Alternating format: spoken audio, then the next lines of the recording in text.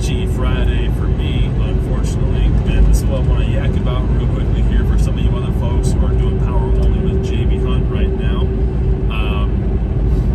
If you're getting an email that says that you are no longer an approved carrier or resubmit any information to become an approved carrier, contact your dispatch connection in the JB Hunt Power Capacity Solutions team before you do anything, and just check in with them and see what's going on their side of the system, because this is what happened to me. I was wanting to get ready this morning, get ready to roll. I was checking the information in the JB Hunt Carrier 360 app, and when I logged back in, it said you're still a pending carrier. We don't have an approval for you.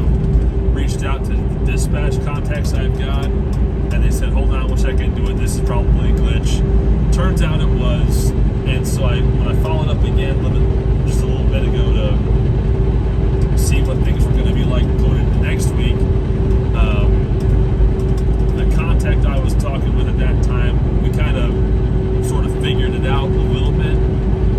This is probably not the correct explanation, but this is the best explanation I've got, and that is that there are two databases that are not having a good connection right now. There's a database where all the Power Capacity Solutions approved carriers are at, and there's a database where those carriers are able to be assigned loads, book loads, finish loads, whatever. And there's a disconnect between those two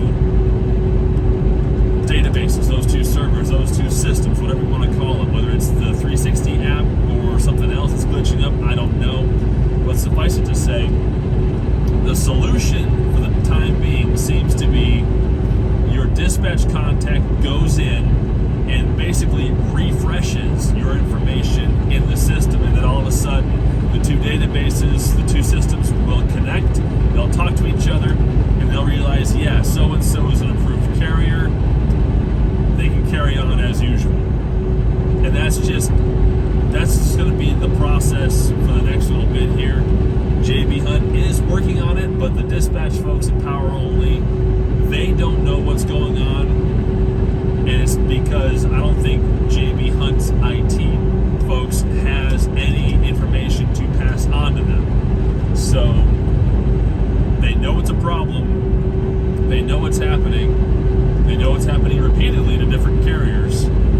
So it's just one of those things where it's a problem they're going to be working through, and the best thing that we as the carriers can do is just not lose our cool with the folks in dispatch, because they're under it just as much as we are. Because the guy I was talking to when I asked about the problem, he didn't sound like he was having a very good day when it came to this particular situation. So it's really important for us as carriers, don't lose it on the dispatch folks. They don't need our sass on this problem. They don't need us complaining about it.